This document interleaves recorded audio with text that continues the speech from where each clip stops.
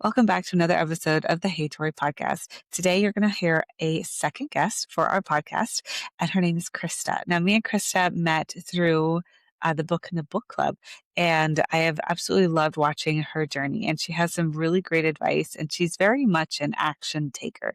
So, we talk through her journey, and she grows her business in 5 years and a move, which is insane. So, enjoy her story. We do talk a lot about marketing, especially near the end. But we do talk a lot about the Workshops Unleashed book club.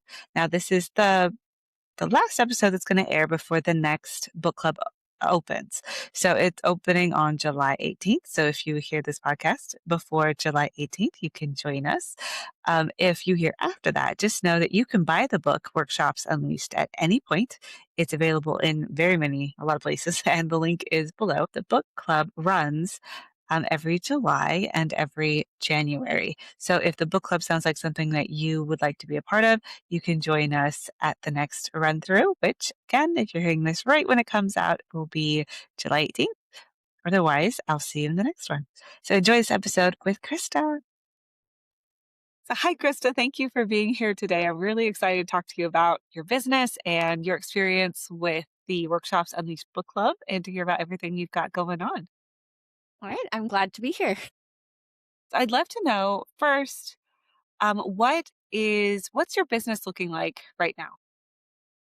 Well, a lot. I have I do some long arming.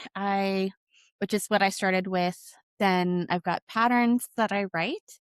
Um, I have a little quilt store, but it's in my house and slowly growing. And I teach a little bit too. So kind of four big things. That's awesome. And do you teach strictly quilting or do you teach anything else right now? I still have like 3 piano students from, like, before. That used to be what I taught all the time, but it's a lot more on the quilting stuff now. So cool. Well, let me ask you, how did you first get into quilting? So I started because of the cotton anniversary, and that was in the summer of 2021, and I wanted to make napkins in our wedding colors, but and tried to find people to make them for me. I didn't have a sewing machine, but nobody was going to do that, and so my husband and I looked up, like, where to go buy a sewing machine, discovered our local quilt store is like a block and a half from where we were living. Nice. Went down. I looked at sewing machines. He looked at all the display quilts while he was waiting for me. And then on our way back home, he's like, "Can you make me a quilt?" And I was like, um. So I did. I figured it out. I did and fell in love with it. Uh, and yeah, that's kind of the start there. That's so cool. Yeah, that sounds like my husband with costumes. He's like, "Can you make costumes?" I says, no, no, no, I can't. But what kind of quilt did you make? Do you remember? It was just like a simple patchwork. It was all in green. It was his favorite color. All still is. And it had I had it's like the different colors of green like rotated through. So when I was trying to figure out how to make it and first like learning how to quilt, somebody was like, "Hey, check out um no, I can't remember the name of the quilting style." The um But, like, I could do it with, like, strip sets and make, like, a strip tube and then cut everything, and then I could just unpick one seam, and so then I could rotate it without having to cut, like, every single individual block and piece the whole thing together. That's cool. Bargello. It was like Okay, I was thinking, yeah, okay. yeah. So instead of, like, cutting, like, different widths, everything was all the same width, but, I used the Bargello style, like, method of putting it together, Nice. or at least for the piecing part. Yeah. So you So started that in 2021 and now you have a shop in your house. Take me through, how did you go from make me a quilt or can you make me a quilt yeah. to and picking out your first machine to having a business in just what, 5 years? Yeah, yep. Um, I guess it would be, yeah, in 5 years. So I decided, like, the only quilts that made sense to make were, like, bed quilts, because where else would you want a quilt except for on your bed? So all these quilts were, like, they're huge, and I was really struggling to quilt them. Like, I just had, like, a little 6-inch throat sewing machine, and I was struggling with the whole sandwiching part and not liking it. And so I thought, okay, either I am going to stop doing this, which I didn't want to do because I loved it, and am a serial hobbyist. And I'd been trying for a long time to find something to get into, and I'd finally like found the thing. Or I was going to have to send them out and have someone finish them for me, or I could buy a long arm. My husband's like, "Well, how much is a long arm?" And I'm like, "Well, if we get this company, they could range from here to here." And he's like, "Do it." He's like, "Get the biggest one." And I'm like, Nice. "Okay." So we had a long arm in our house, like pretty much exactly 1 year later. And I, and then I wasn't sure if I was going to like love it or decided I had to love it because we had just dropped a lot of money. Um, and then I don't know, it's like later in the fall, I was starting to get pretty good at the long arming thing. And our local quilt shop had had a few long armors kind of like drop off. I think one or two had passed away, some moved and retired. And they were needing more people to refer customers to because they didn't do anything in store. And so I was like, okay, sure. Like if you think I can do it, I can do it. So I did it, got a business name, a license, business cards, and then, like the people started coming in. That was so I think officially December of 22, so, like, 1.5 years from the time that I bought that, like, first sewing machine to the time that I was now, like, long arming for people was a year and a half.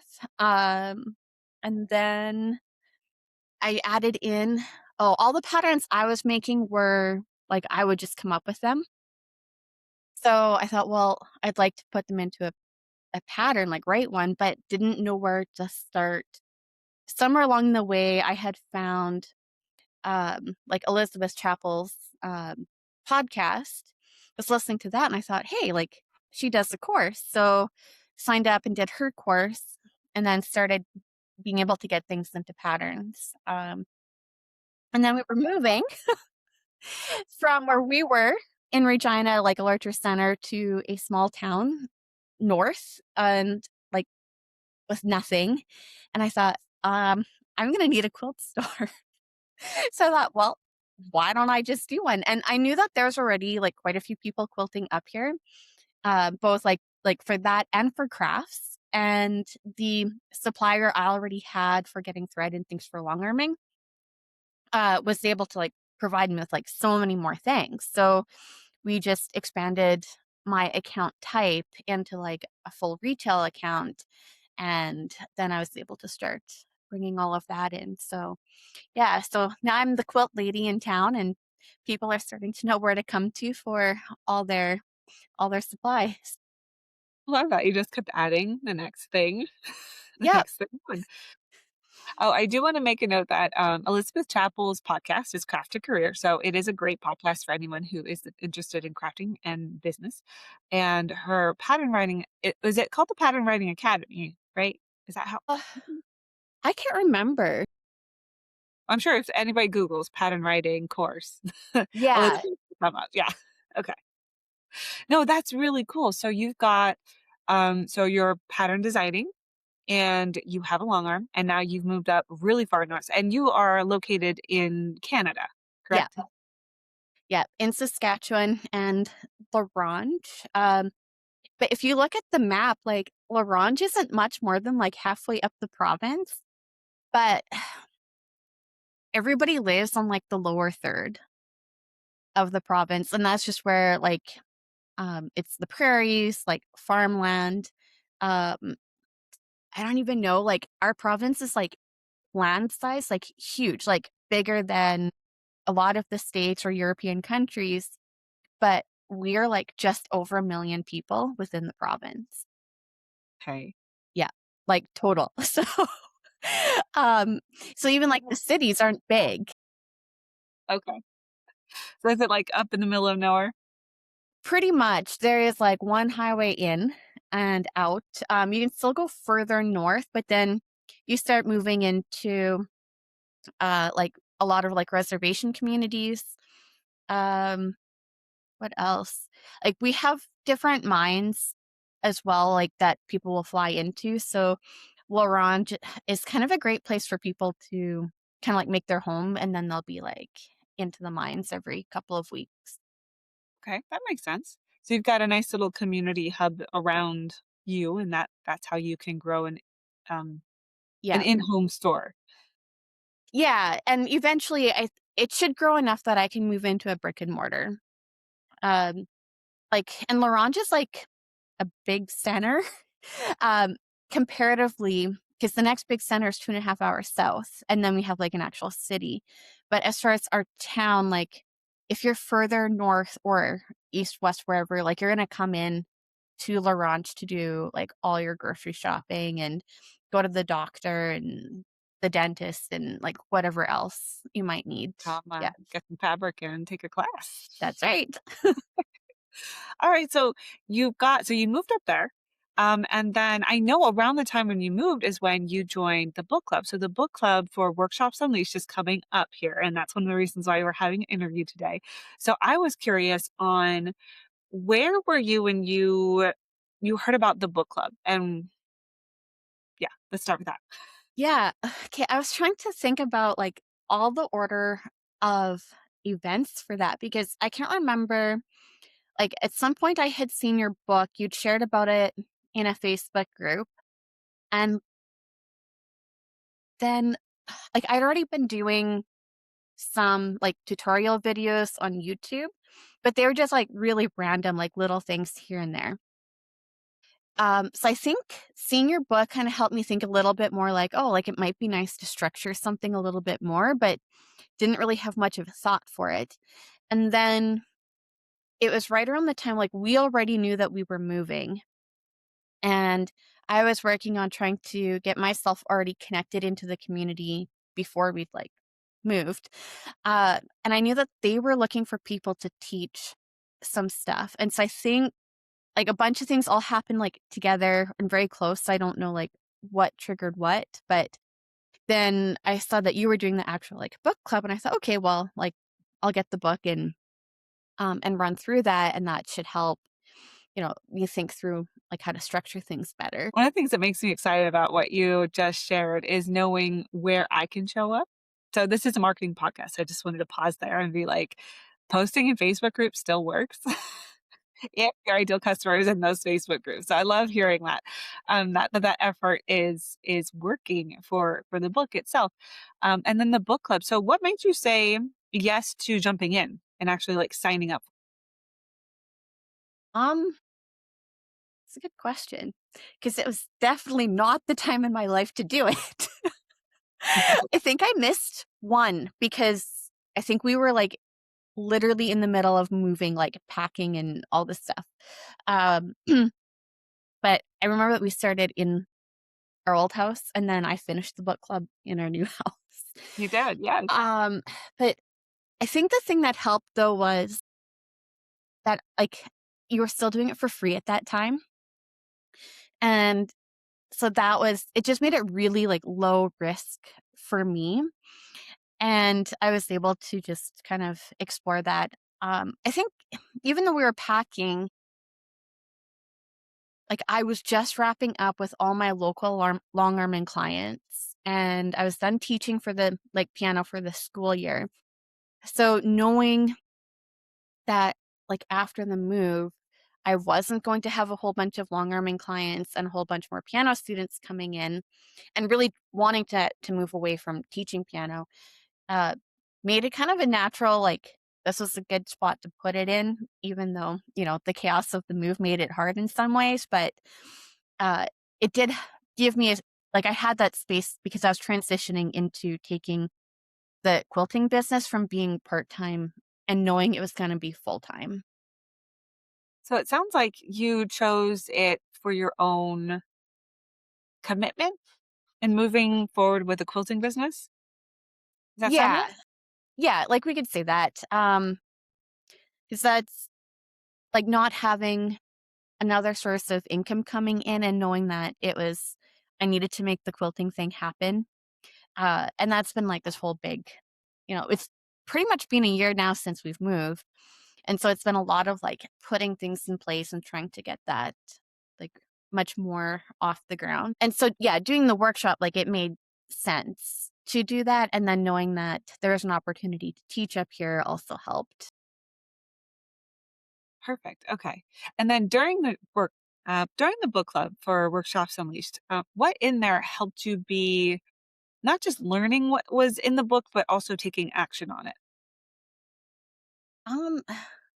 I don't know, like, that's a hard one for me to answer because I've always been an action taker, so, like, if I decide to do something, then I'm doing it. If if it doesn't, like, stay in my thoughts for more than 5 minutes, then it's just like, it's a pass, but if it's been like, "Oh, yeah, this could be something, like, I'm interested in doing," and think about it, then it's like, "Yep," and then I, like, committed and I just so I don't know that I could say, like, I was really delaying in anything because even the concept of considering to teach, like, I don't think from the time that I really thought about to the timing of your book club, and making things happen was only maybe, like, within a matter of, like, 2 months. Yeah. Hmm. So it seemed like it fit. The time frame was good because it Yeah. was the book club itself is like 6 weeks. We really don't do much on the first and the 6 weeks. It's more of a intro, get your book, make sure you got it in start reading week, and then the last one is a catch up week before the grand prize for the in this case it would be the business intensive that gets the prizes.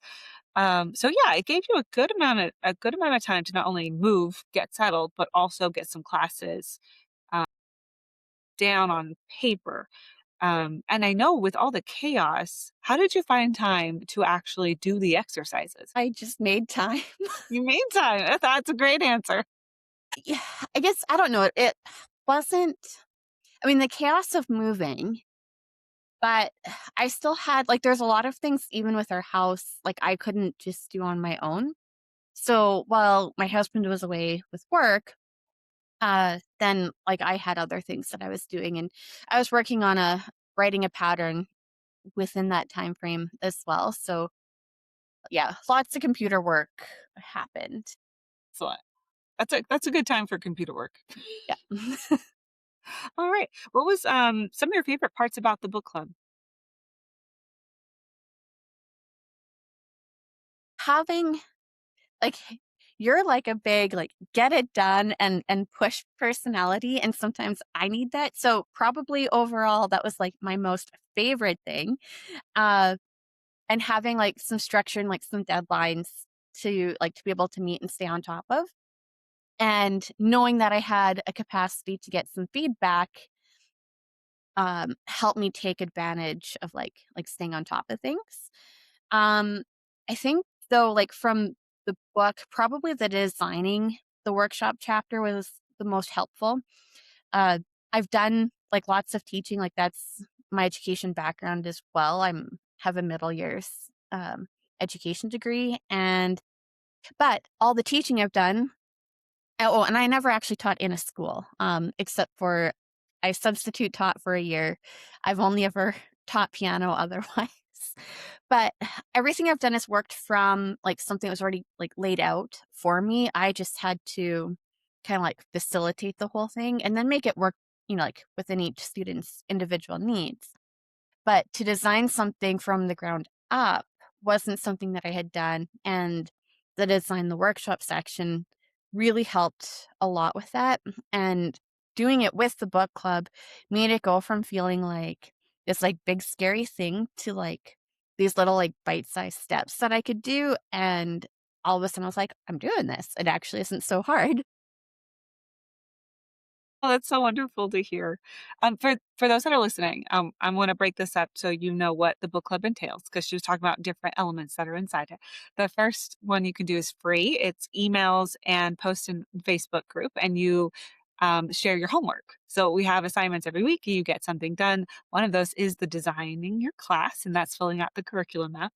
The other part of the book club that you can sign up for, but you don't have to, it's a paid business intensive. That's where we meet on Zoom. That is where you can submit your curriculum map. You can submit all the other homework that you have, and I'll give you direct personalized feedback. So that's what she's talking about. So you have two options. Is free is just emails and accountability, and then the paid one has prizes and a live meeting and personalized feedback. So you can choose either one. I love the fact that you brought up the design your workshop, because you're right. A lot of teachers, I was a teacher for 3 years in Texas. I'm a military spouse, so we moved all over the place. So Texas is where I was a teacher, and that was one thing that I fell in love with. I had a hard time with the energy and what was expected of me in the moment in a classroom, but I loved the curriculum planning. So it was really fun to get to like lay that out for everyone else in the book and be like, hey, this is how you plan a curriculum. That's really cool. You said that part. Yeah. Yeah, and the course that I started is still like I haven't done like that actual course, but I feel like, there's a good answer for that though. It just wasn't what was needed in the moment in town. And so what I ended up doing instead was creating more options of courses that were directly relevant to where we had moved. And when I'm looking at them, from like kind of the town's needs, and I think a lot of other people who've like never picked up a sewing machine before, to the course that I had worked on, kind of hashing out within the book club, there's like, beginner all the way up to like kind of some intermediate work. And I thought, well, why not just build kind of a whole roadmap from one thing to the next? And so it's saved on my computer. It will be done. But I want to build up better to it. So I have, um, I guess, so anyone who's coming in, if they like my teaching style, they can kind of go as far as they want to with their learning. And then they're not like, me and then somebody else, which isn't like a bad thing. But I want to create, um, like a little bit, yeah, like a pack or a community of people who are like, hey, this is great. Like, this is some really good teaching. And as they grow in their own stuff, like I'm still always going to be relevant to them and what they're wanting. And by the time I get there, I'm sure there will be other people who will find it and come in from, different levels of, and, their own quilting journey, and find and put together different courses or pick different things that they'd like to. Um, but I want someone who starts with me to be able to like really learn a lot and go for a while. I think that's smart to keep in mind from like a business perspective, and kudos on the marketing perspective. You knew that your audience wasn't quite ready for what you were envisioning and starting in a different spot. I think it's smart. So from what you're describing, are you thinking of your class as going to be in person and online? Are you doing a combination? How's that all laying out? Yeah, right now they are in person. I do want to get those same ones online, but the it takes time to film and put that stuff together. like a lot of hours. And when you're a solo show, you're doing like, like when you watch a movie and all the end credits, you're all the people. So, um and I've got a few other like collaborative projects and other summits that I'm putting videos together for. And those have like, we got to have this video in by this date. So that way they're ready for when the summit airs. So those things are, while they're not like exactly the thing that I'm trying to teach locally here in town, they do put me in front of a massive audience number that I could not get to like on my own. So that's, there's a whole importance there for doing those. And eventually I will get those filmed. And I think part of like the process of filming for these other summits, like I'm learning so much about, putting like teaching and filming and the editing process. So the experience and the skill set is really going to help come in behind when I do get to filming the classes that I've already taught in person. I think it's just going to elevate that to a whole level, like just a whole nother level of like, professionalism behind those videos. And that's like the thing, like, people are now paying for those when they come out, and I want them to have like the best that I can possibly give them. Whereas, these other things aren't really like paid gigs in the same way. And while I still want them to be good, because you want to put that impression out there, but um, they're a great spot to gain a lot of learning and that experience. Yeah. Yeah, summits So are really big right now, and a lot of people are finding success in growing their audience by joining these summits. I'm wondering, there is a section in the book about programs that can help with anyone who's new with creating a summit presentation that could help give them direction. And I was wondering if you had looked at that at all, or did they provide you with a framework for your summit, or did you just wing it? just winged it. I kind of forgot about that actually being in there. And then there wasn't really a whole lot of direction, as far as what to expect. The first one, in some ways, was easier to do because it was called like Quilter's Paradise Fast and Easy, and it was a small project that we filmed, and we had to fit it, I think, within like maybe 40 minutes or less. I think that was the timeline. So I'd already been filming like tutorials to go along with a mystery quilt that had like aired. So filming like how to do a project was like kind of second nature at that point. Um, this one is different because now it was more like they wanted more of a skill set, like something that you can teach or share. And it didn't really matter what it was. Like it could be a block, a technique, anything. And I decided to do um like precision, like piecing with what I call it, precision without pressure. Um Ooh, I'm just really good at like piecing accurately, like my points always show up, seams always line up, and people comment all the time. And I'm like, well, like it's not actually that hard to do. So I just went through, listed like all the things that I watch for as I go, and then use that to help formulate my teaching plan and built out a script and like editor's notes and like I'm going to do this shot of this thing. So it was a bit of a production to get that one going. Like so much more than just teaching a project. Yeah. I love that. So you kind of worked That's exactly how I would have suggested it, is work your way backward from what you wanna talk about. That was really smart to map out the things that you look for and then yeah, and then put it together. That's so cool. Okay, so now that you started teaching, right? So we're done with the book club, and what have you used from then on when it comes to teaching? Maybe a better way to ask it is what kinda stuck with you after we were done? Okay. Hmm. You didn't ask me this question in the email. I have to think for a minute. What stuck with me?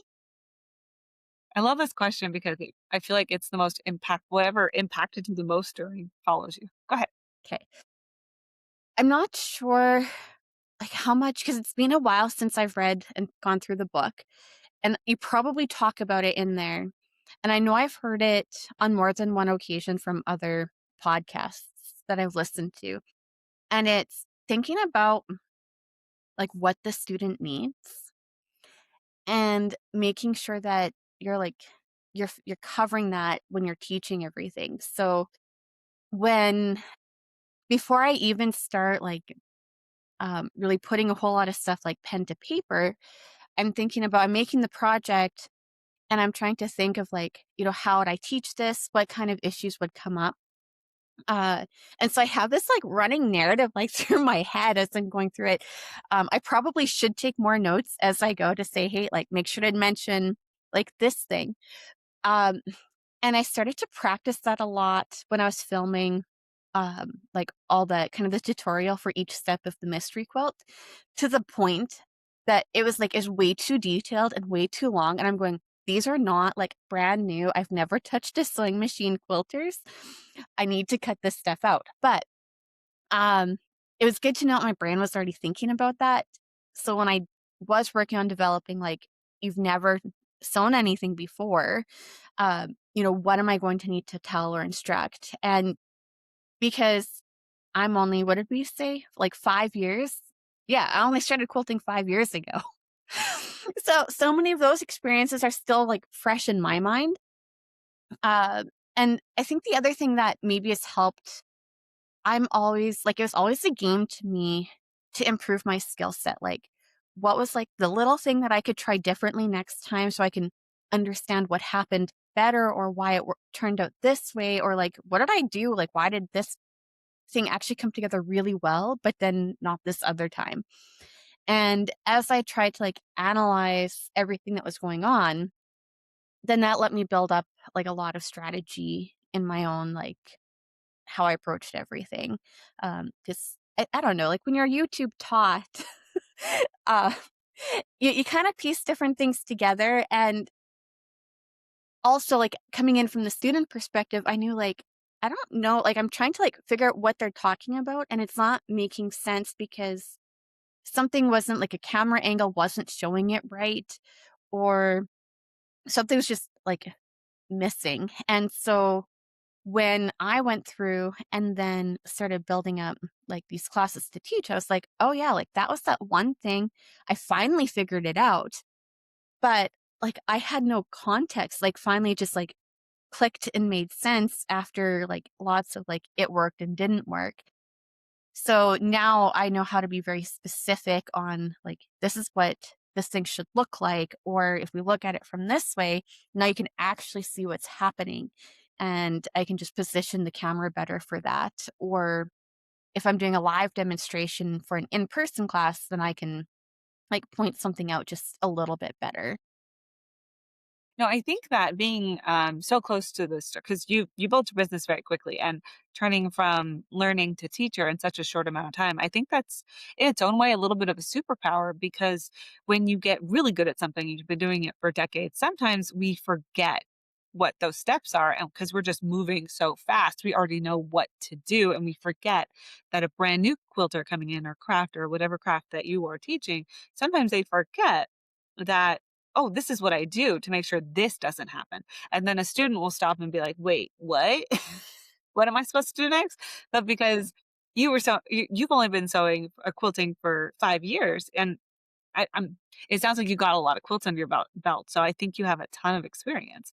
But I think it does help that you're so close, that you have those memories to help those that are coming up behind you. So I think that's in its own way a little superpower. Yeah. Well, there's also the, like, I love watching a medical show. And they'll always have the like, you see the procedure, you do the procedure, you teach the procedure. And I think like, I mean, teaching piano, that was a whole different thing because I started lessons when I was a kid. But as an adult and like more recently starting quilting and that whole journey has been so much more like a see, a do, and a teach method. Um, and it seems to be going good. Yeah, no. The best way to learn is to, well, number 1, make mistakes. And Yeah. number 2 is to teach. And if we don't wanna run around making a ton of mistakes, teaching is a great way to learn. That's excellent. Yeah, I noticed that too, even just like with teaching piano, like things that I wasn't as sure about, the more I taught, like the more comfortable like I became in like really understanding. It was, yeah, it was really neat because I became a better piano player, like everything just because I was teaching. And not that I wasn't qualified to teach. I definitely was. um, but yeah, you get it better. You do. You do. And little nuances and ways to phrase things, different ways to phrase things.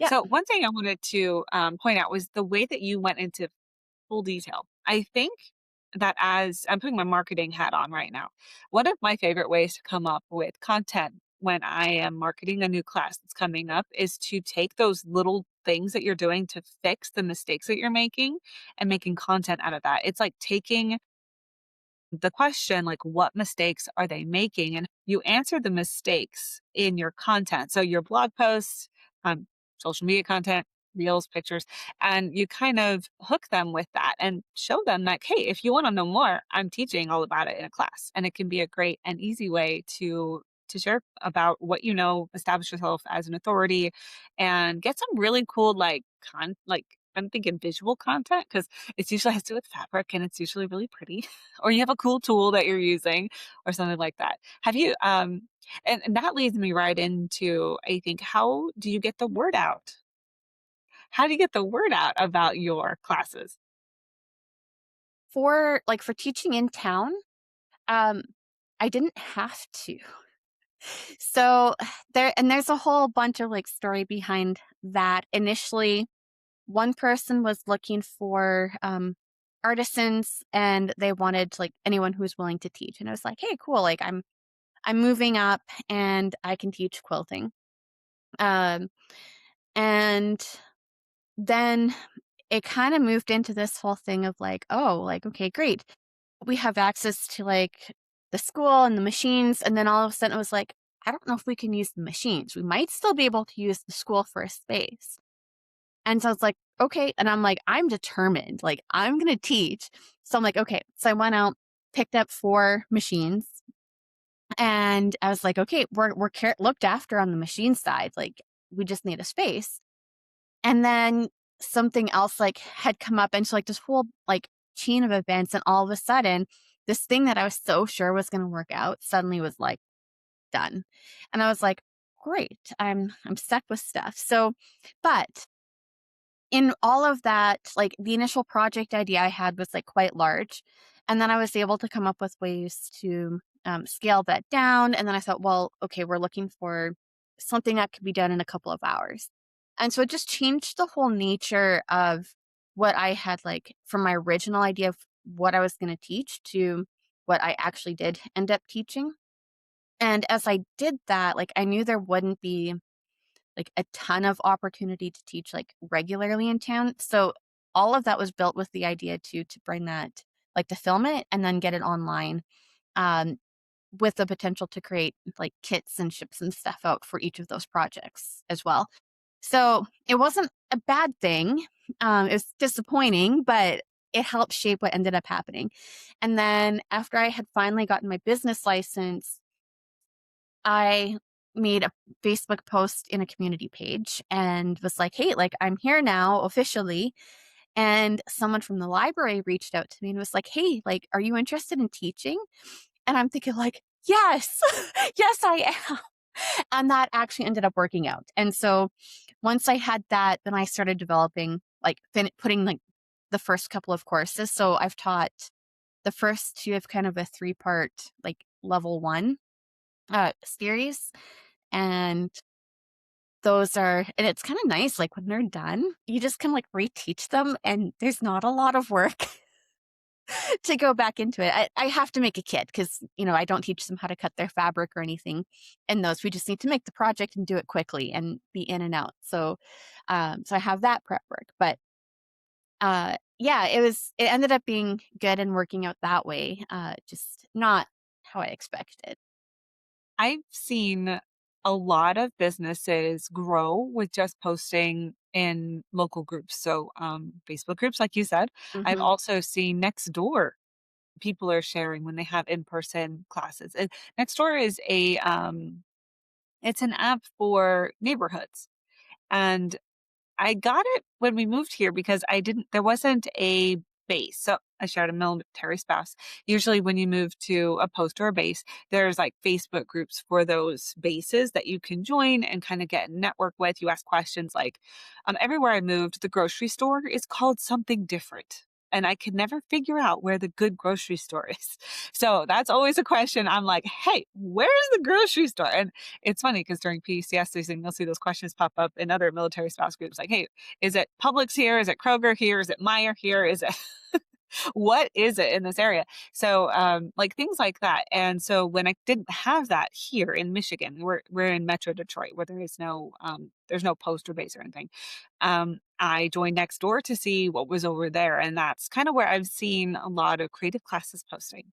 And it's really cool that you shared that because I think that we overlook the simplicity of just reaching out to the local community and being like, hey, this is what I'm doing. And even though you're moving your classes your in-person classes, both staying in person, but also moving online, it's still something you can share in a local group and be like, hey, I'm a local teacher, but I'm also online. So if you need anything in person, I've got kits for these online classes and things like that, where they can actually stop by and pick up their kits and things like that. So I think that's really smart.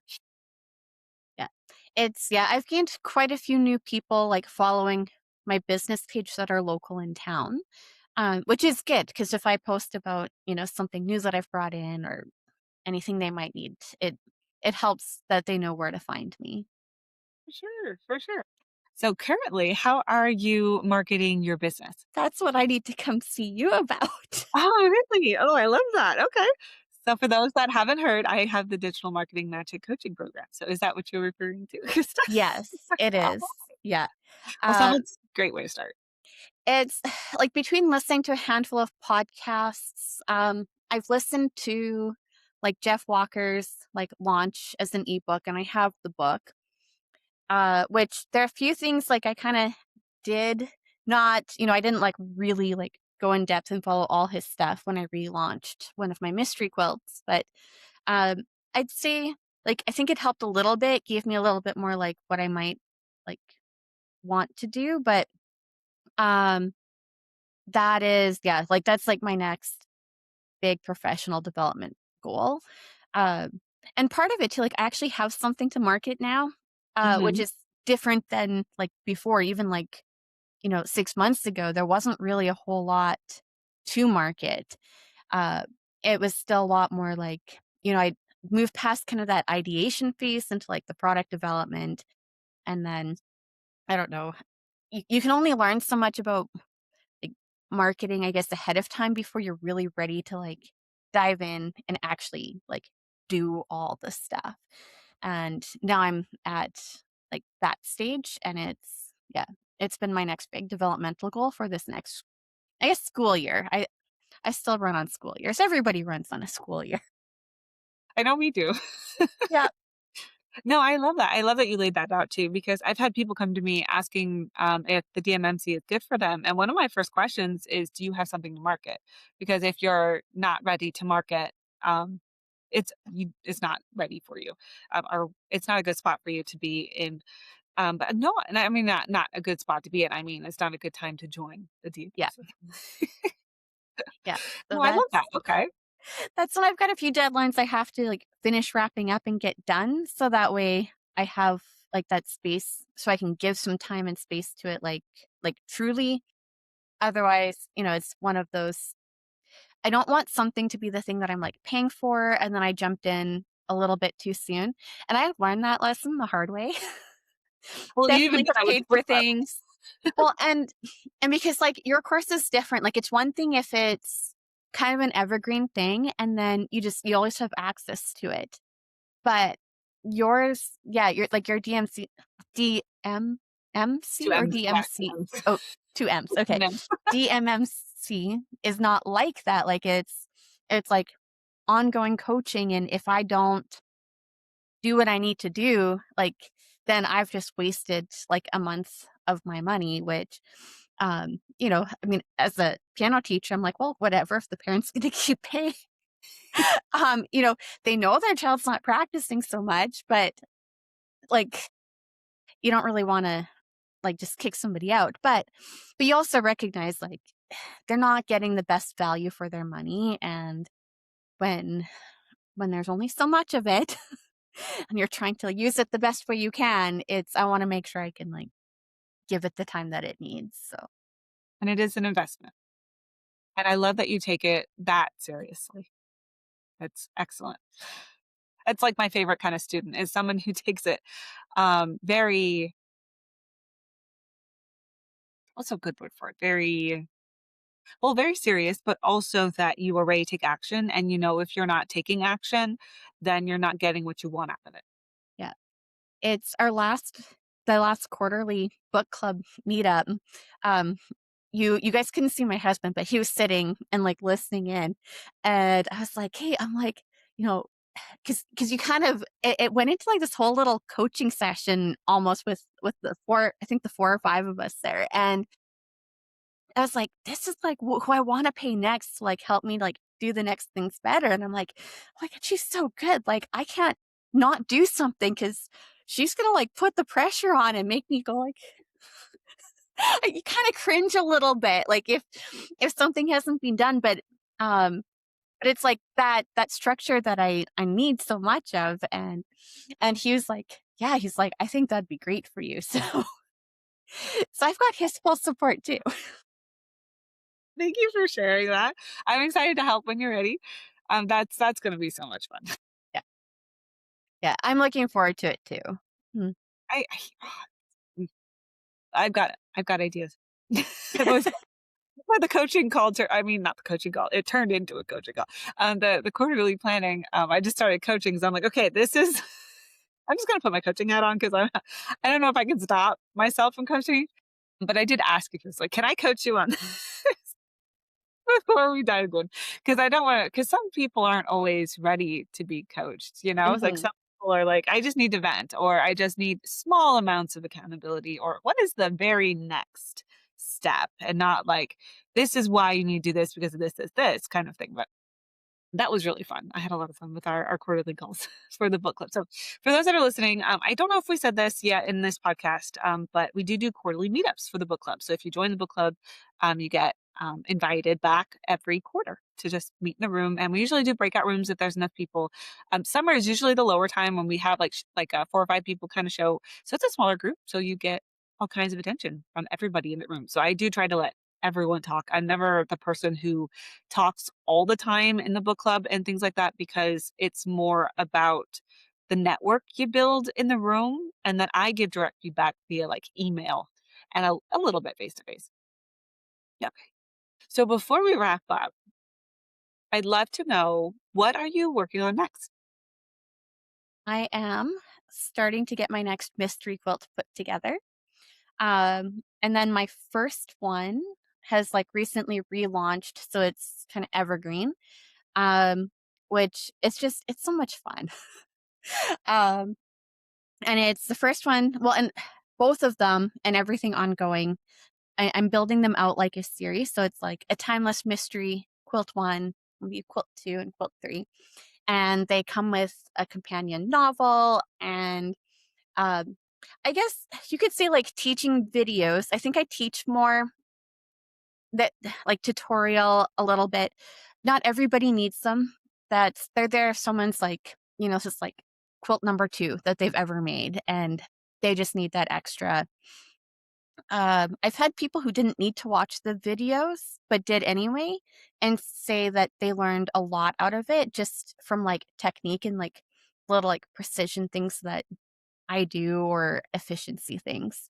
So that's always been like really good to hear. And the one that's now evergreen, you can do it on your own timeline. So you get to choose if you want it mailed out to or emailed out to you every week or every 2 weeks or once a month. It's cool. I haven't heard about that yet. I heard that before. Yeah, I mean, from the business side, I use Flowdesk for all my emails. And within Flowdesk, it's not even like part of that workflow. Like it's its own separate one. But when you put in a button for someone to click on, you can trigger an action so that they jump into whichever workflow you assign for it. And so whichever button they click on, then it triggers and moves them into the workflow based on that timeline. Smart way to And use I only that. had to do the workflow once. I just copied and pasted it, like you can duplicate. And all I had to go through then was just change the like frequency for the emails to go out, how much like the delay time. Nice. Yeah, that's kinda how we do the book club with the emails. I've written the emails a couple times because 'cause they're based off of the book, so the book stays standard, and so it's really easy to just copy the flow and then run it, and it's so much fun to show up in the Facebook group and see who's done their homework and to cheer everybody on. Alright, so, Krista, where can people connect with you? Yep. Um, my website is www.timelessquiltstudio.com.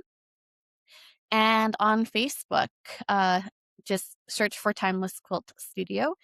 I am on Instagram, but it's not where I normally am. Like if you want to reach out or interact, you've got to go to Facebook for that. Good to know. All right. Thank you so much for being here today, Krista. I really appreciate you coming in. Yeah. Well, thanks for having me. It was really nice to be here.